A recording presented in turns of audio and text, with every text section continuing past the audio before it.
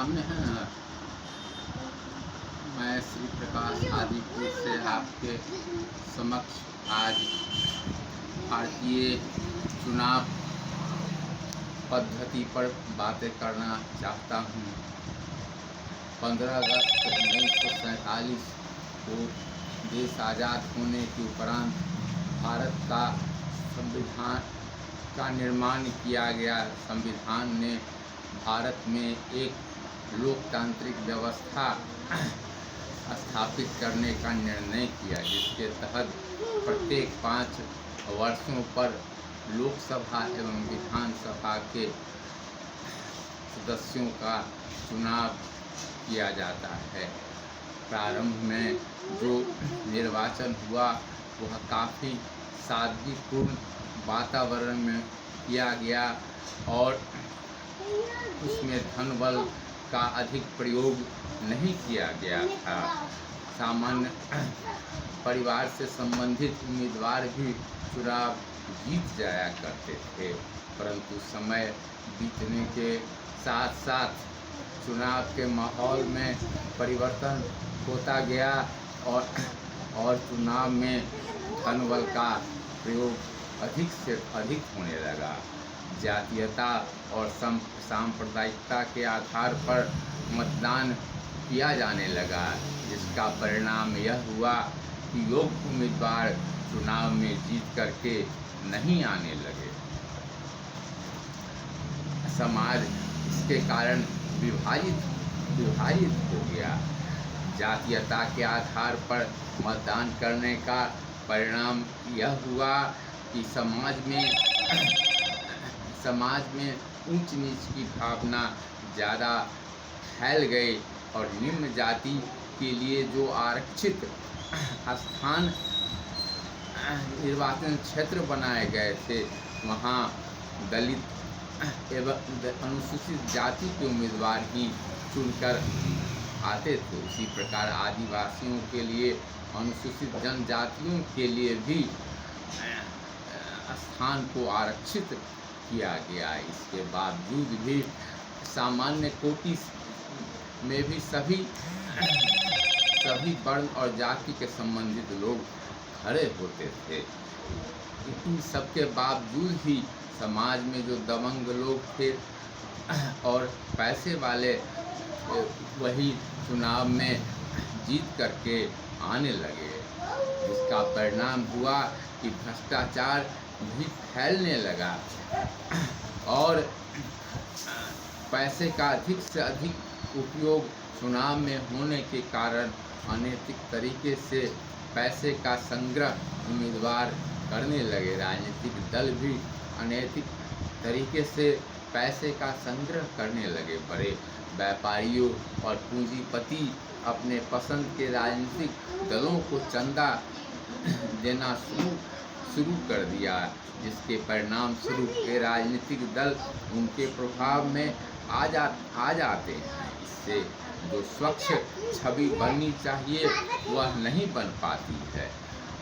भारत में लोकतंत्र को सशक्त बनाने के लिए आवश्यक है कि निर्वाचन में योग्य उम्मीदवार निर्वाचित होकर आए, चाहे वो किसी भी वर्ण या जाति से संबंधित हो। धर्म का चुनाव में जो उपयोग हो रहा है वह भी बिल्कुल अनैतिक है। धर्म मनुष्य को मानवता का संदेश देता है, परंतु राजनीति के लिए धर्म नहीं है। लेकिन निहित स्वार्थ के कारण धर्म का भी राजनीति में प्रयोग किया जा रहा है। देश को आज़ाद करने के लिए जिन लोगों ने त्याग बलिदान किया, उनका उद्देश्य एक ऐसे समाज का निर्माण करना था जो शोषण रहित एवं समता युक्त हो, जहां समाज के सभी वर्गों को विकास का समान अवसर प्राप्त हो सके और एक ऐसा समाज बने जहां प्रत्येक व्यक्ति को रोजी रोटी उपलब्ध हो सके।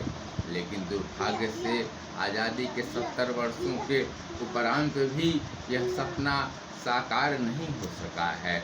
अभी भी करोड़ों लोग गरीबी रेखा के नीचे जीवन बसर करने के लिए विवश हैं। ऐसी विकट परिस्थिति में सरकार के द्वारा समय समय पर जो आर्थिक कार्यक्रम चलाए जा रहे हैं उसका प्रतिफल समाज के निम्न वर्ग को प्राप्त हो, इसके लिए आवश्यक है कि योग्य और ईमानदार उम्मीदवार लोकसभा एवं विधानसभाओं में निर्वाचित हों, ताकि शासन सत्ता निष्पक्ष हो और ईमानदारी से योजनाओं को कार्यान्वित करा सके।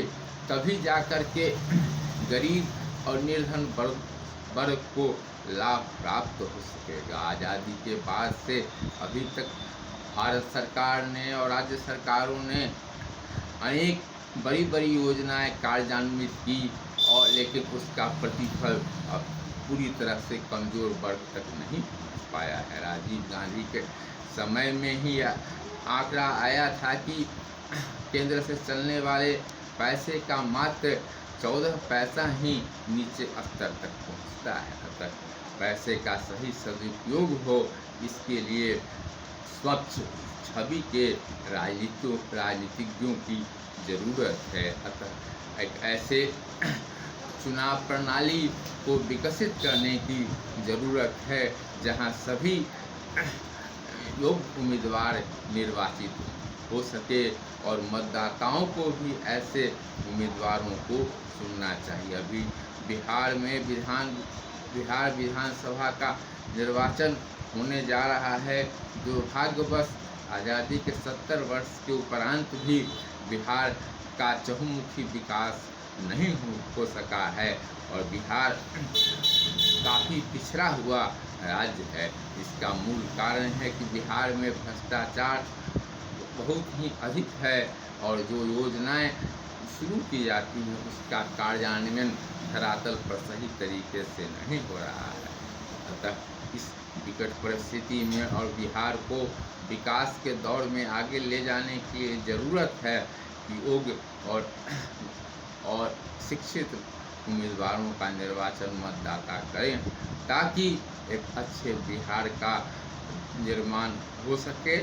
और इसके लिए धनबल की उपेक्षा करके सामान्य वर्ग के भी जो योग्य उम्मीदवार हैं उनका चुनाव किया जाए, और इसके लिए सभी बुद्धिजीवी और समाज सेवियों को, जनता को जागरूक करना चाहिए, तभी जाकर के नए बिहार का निर्माण हो सके।